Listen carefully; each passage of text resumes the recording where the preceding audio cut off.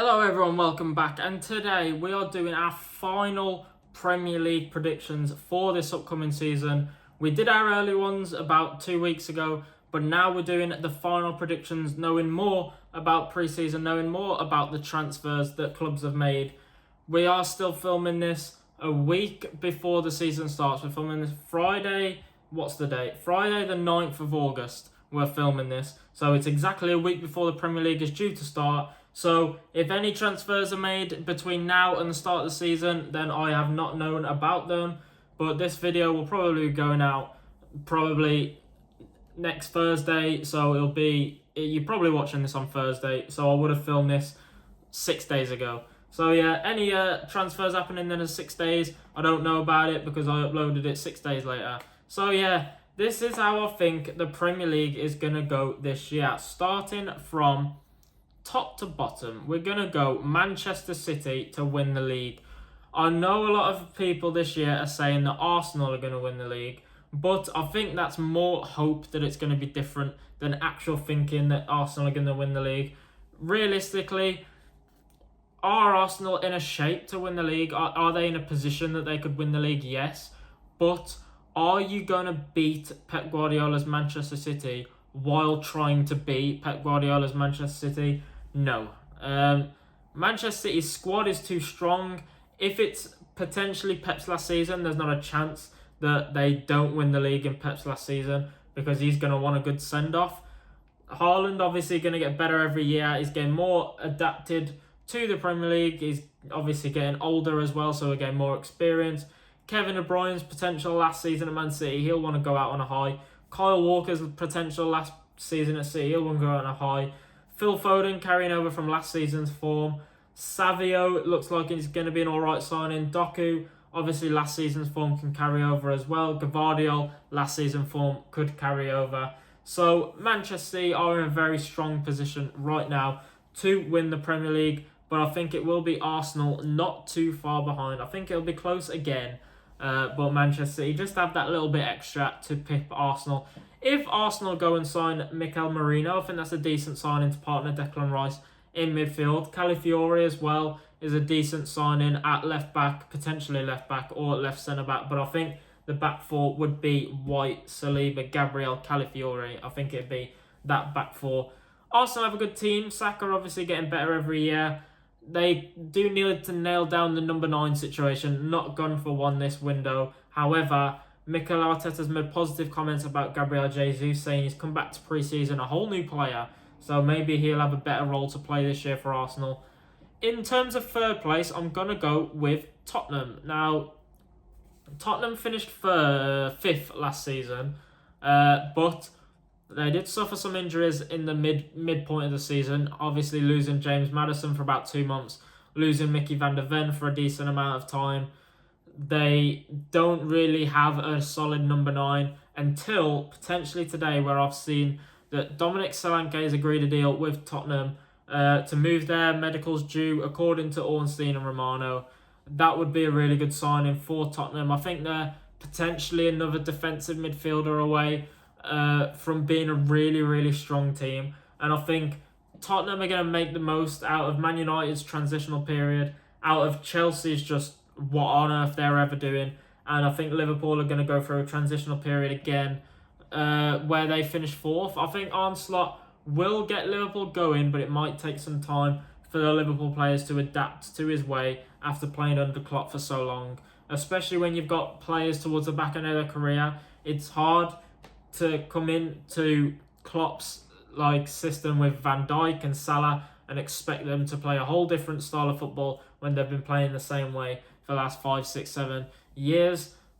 I think he's been there that long. Maybe 8. But yeah, I think Liverpool finished 4th, and I think 5th place is reserved for Newcastle. I think they're going to have a strong year this year. Strengthening well. I would have hoped that they'd have looked for a right winger, but they seem good on Jacob Murphy. He's had a great pre-season. I think I saw what he's scored. He's got the most goal involvements out of any player in the Premier League in pre-season. So maybe they're going with him.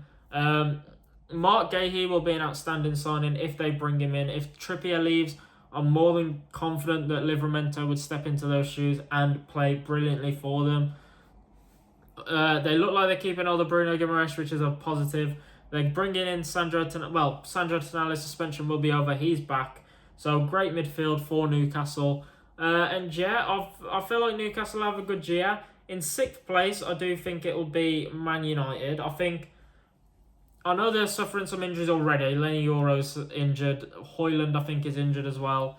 But I think United have strengthened pretty well in the summer. I think Lenny Yoro was a good signing. Xerxes, I don't know if they needed a Xerxes. They needed a backup striker, but he's not really an out-and-out striker. He's kind of a second striker. But I think they needed to strengthen midfield, which they haven't done yet. They were after Agate. I don't think that's happening. And now apparently they're in for Sander Berg, which I don't think would be awful. But he is kind of a squad player at that level.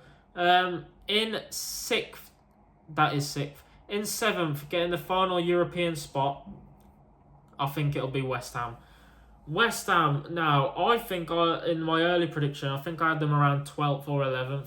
But the signings they've made over the last couple of weeks, Somerville, Fulkrug, Todibo is potentially having a medical as we speak. And may have already signed by the time this video goes out. But they are very, very solid signings. I'll look at that West Ham 11 now. Areola, Soufal, potentially Wan-Bissaka if they get Wan-Bissaka. They've got Todibo and Kilman, who they bought in. Good back two. Emerson at left back. In midfield, Alvarez, potentially Ward-Prowse, but probably Alvarez, Paqueta, and Kudus potentially playing attack in midfield. And then Bowen, Fulkrug, Somerville. I love that lineup. I think Lopetegui is going to have West Ham playing. It's a lot better squad than he had at Wolves. And I think I think West Ham do get back into Europe. They haven't got Europe to worry about this year in terms of holding them back as a squad, having to wait and rotate players. They're going to solely focus on the Premier League and getting back into Europe. And I think they will. And I think 8th place is going to be Aston Villa. I think Champions League is going to dampen them a little bit. But also on top of that, they're going to have issues with losing Douglas Luiz. Some Villa fans, especially I saw a comment in my early prediction, think that Douglas Luiz is not a loss. Douglas Luiz is a big loss. He was potentially your second best player last season behind Ollie Watkins. You've lost in Douglas Luiz, you lose your penalty taker, your corner taker, and your free kick taker. And he was just, especially when Kamara was out, he was basically running the midfield on his own. So it's a massive loss to lose Douglas Luiz, especially Onana's a good pickup, he's a good replacement, but it's a big hole to fill in Douglas Luiz for Aston Villa. He's a massive reason that they finished 4th last season. They haven't bought in a centre-back as of yet, I don't think, and I think they should have, because Lenglet's gone back to Barcelona, Tyrone Mings isn't fully fit, Diego Carlos isn't good enough and looks like he might leave. So I would have thought that Aston Villa might have been looking at a potential centre-back replacement, but they haven't as of yet. Striker situation's a bit unknown. So they've got Watkins, who's obviously going to play, but Duran's been more or less spreading his legs to any single club that will take him.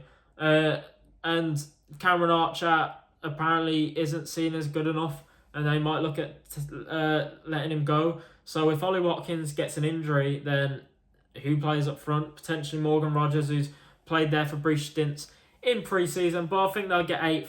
And Chelsea to finish 9th. I should move these down, shouldn't I? So 8th, 9th for Chelsea. I think, yeah, as good as they started to play towards the end of last season under Poch, you shouldn't have changed managers. He was doing a great job in the back end of the season, and then you bring in an unproven championship manager in Enzo Maresca, who wasn't even highly rated by Leicester fans last year. Leicester fans did not like his football. He got promoted based off of the fact that he had by far the best team in the championship by a mile.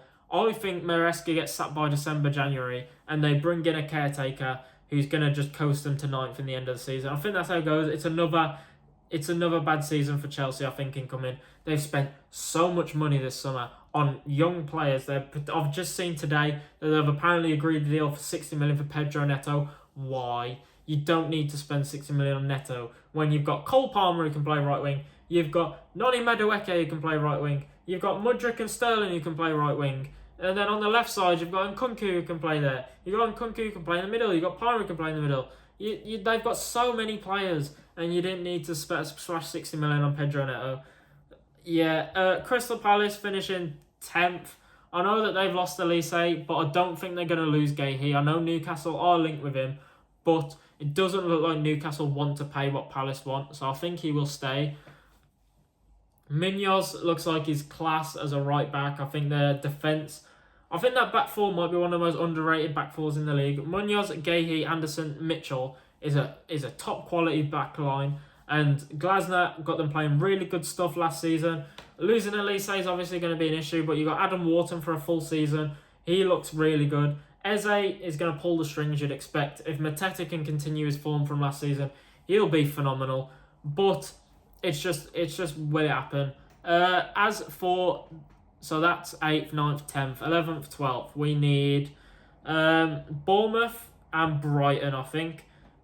Yeah, I'm happy with that. So Bournemouth just look like they're getting better every year. Iraola got them playing good stuff. I'm happy with Bournemouth. Brighton have bought in Minter, who looks pretty good.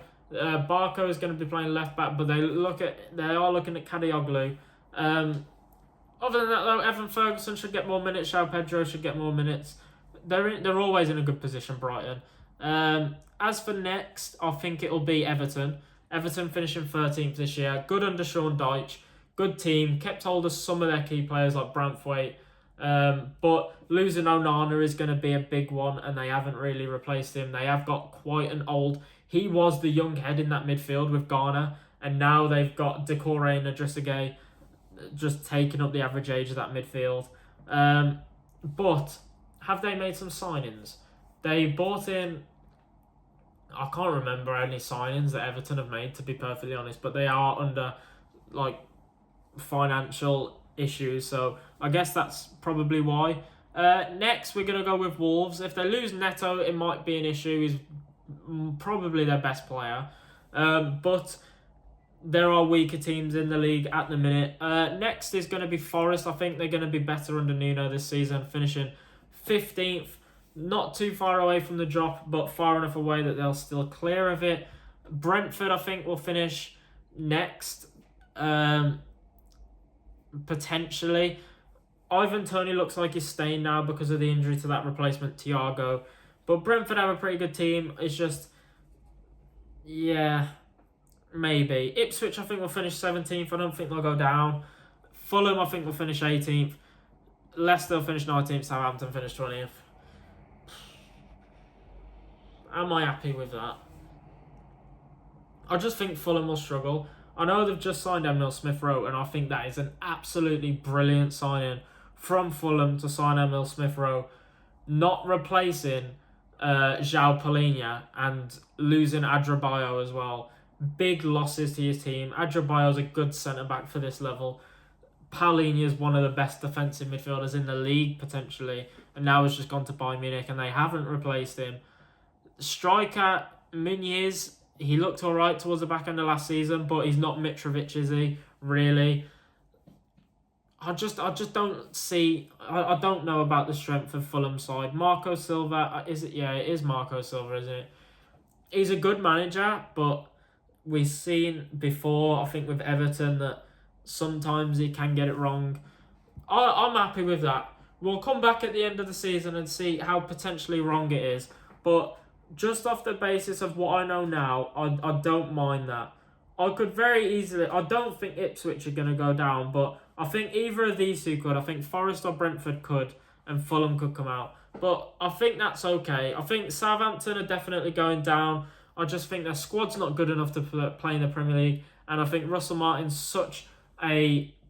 what's the word? Stubborn. He's such a stubborn manager that he's made comments saying that no matter who he plays against, he's going to play his own way. And even in the Championship, that come back to hurt him. He tried to play out from the back and play attacking football against anyone, and then against the teams better than him, he got fucked basically. And if he comes and tries to play out from the back against Arsenal or Man City or Liverpool, they're going to lose 9-0. And Southampton have lost 9-0 twice before in recent memory. Leicester, if they get the points deduction, might finish bottom, but they've got a stronger squad than Southampton, and Steve Cooper while not being a great manager, is a decent manager to get results, but it's not pretty football. But I just don't think their squad's good enough to stay in the Premier League. I think they're going to go back down again. And yeah, that's my predictions. Who did I get wrong? Who is... I'm sure I'm going to get grilled somewhere, but you can tell me where. And yeah, that's it. Enjoy the Premier League. It's finally back. Leave a like on this video. Leave down in the comments what your Premier League predictions are. And subscribe to this channel for more content coming this season. And until next time, I'll see you later.